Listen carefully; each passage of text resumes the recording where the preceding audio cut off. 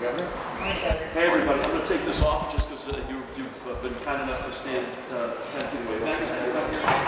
I can't see all the storm here.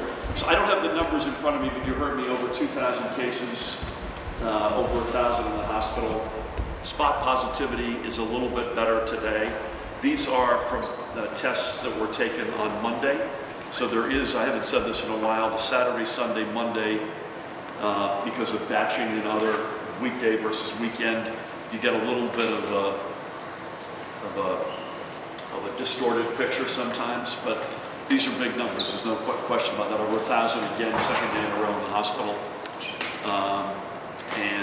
Rate of transmission is about the same, up a hair, above 1, but it is not yet out of control at the moment. But concern, please. Governor, do you expect a spike after Halloween from people gathering? I don't think, I hope not, Daniel, because we're telling everybody to follow the rules and don't gather inside. It's going to be really cold tomorrow. Not wet, apparently, but cold.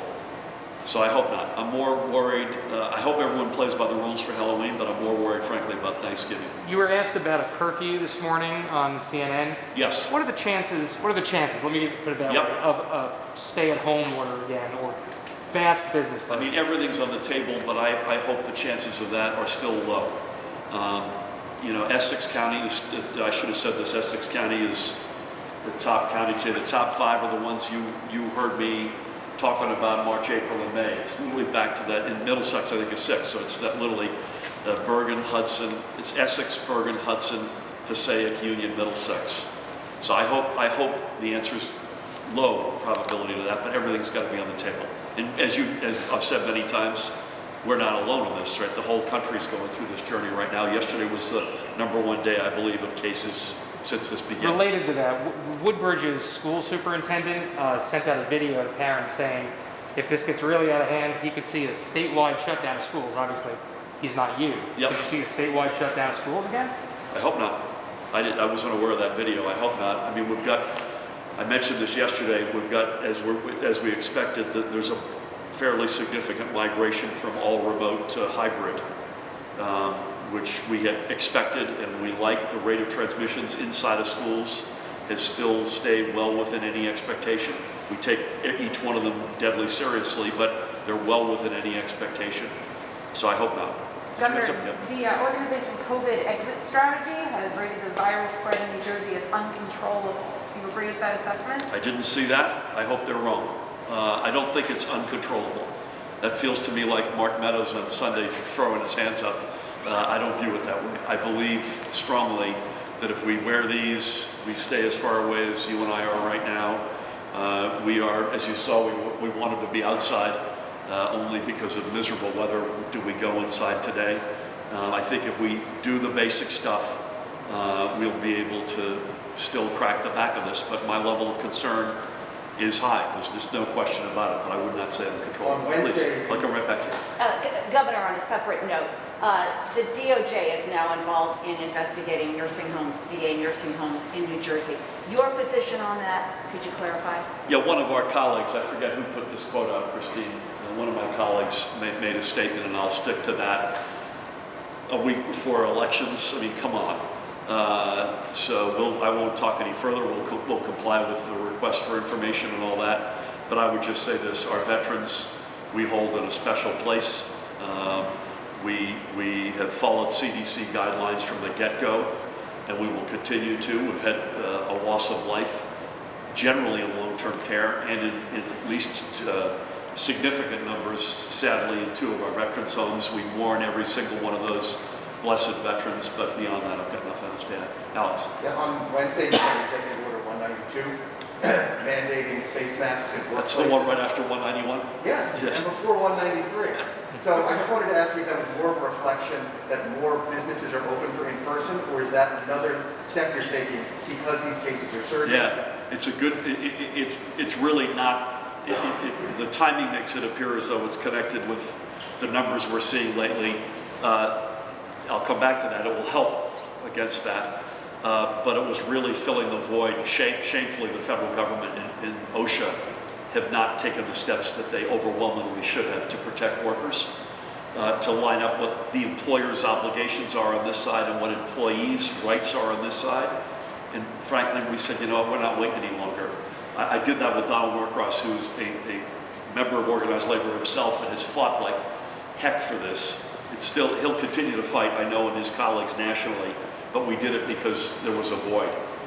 Having said that, there's no question that it will help. One of the weapons, to your question, it's going to be another weapon at our disposal.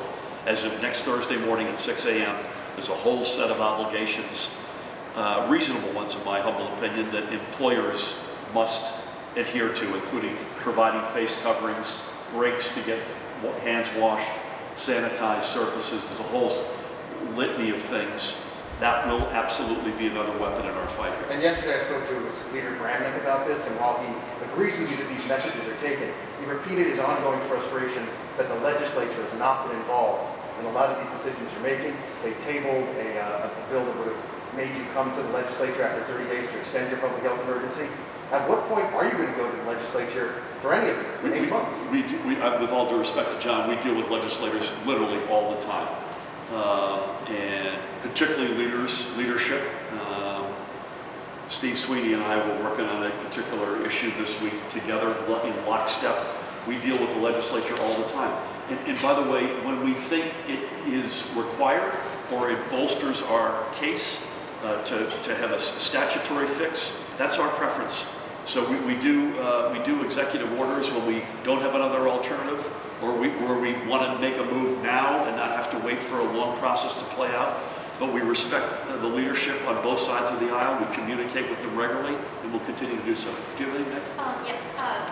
Mayor Ball and Hoboken is trying to push an ordinance for steeper fines for people who gather with 25 or more people. Is there anything that you can do for the entire state, especially as we approach the holidays and a Halloween weekend, to stop people from gathering indoors? It seems like this is leading to the majority of the cases. I continue, and Mayor Ball is doing a terrific job, and what he's considering, we believe, is at least within the broad scope of the executive orders that we've put forward, which cover, which are still the operative orders. We're open to consideration of a whole lot of options. One reality, which I haven't said today, but continues to be a reality, is our evidence is overwhelmingly that a lot of this spread right now is happening in private settings, behind doors that are hard to regulate, and even harder to enforce compliance. So I certainly applaud his leadership.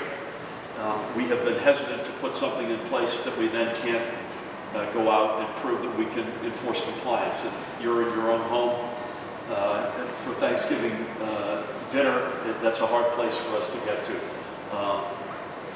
So we're going to continue to use the bully pulpit. All options are on the table, even draconian ones. I continue to hope that we can use the scalpel, the Lakewood playbook, which has worked, and apply that to other communities. That's what we're doing in Newark right now. But again, with these numbers, you have to accept that all options are going to the table. And just with indoor dining, because these cases are spreading indoors, are you rethinking? Listen, we, as you well know, and I know the restaurants have lived the pain associated with this, we were the most incremental state really in America to reopen. We started way back in May with state parks and golf. We stayed outside until really the end of August or early September. And so when you look at where we are at 25% of capacity. A state that looks like us, Connecticut, for instance, it's 75% of capacity. The pain, the economic pain has been overwhelming, but as a health matter, the incremental approach, I think, has saved cases and lives. So I think we're there for the time being. If we were to take a step back, you're shutting those restaurants down, which is something we absolutely do not want to do. I think we're good here. I got one more on unemployment. Do you plan to put in CARES Act money to replenish the unemployment insurance fund and avoid a tax hike on businesses? We're not anticipating any tax hike on businesses. We need more federal money. I'm glad you asked this. The lever that we need to be pulled right now is federal stimulus. That goes to a whole lot of needs, state, county budgets, but most importantly, folks who are unemployed. We've worked as creatively as we can to deliver this $300 through the FEMA money, but that's not the fix. The fix, we're going to do that. We'll take every penny we can find to get it to people who are unemployed. We need the unemployment insurance to continue. We need small businesses to get help. We need state budgets, county, local budgets to allow us to continue to deliver services and keep people employed. And that's a good example. Thank you all. Have a good week and happy holidays. Thank you, everyone.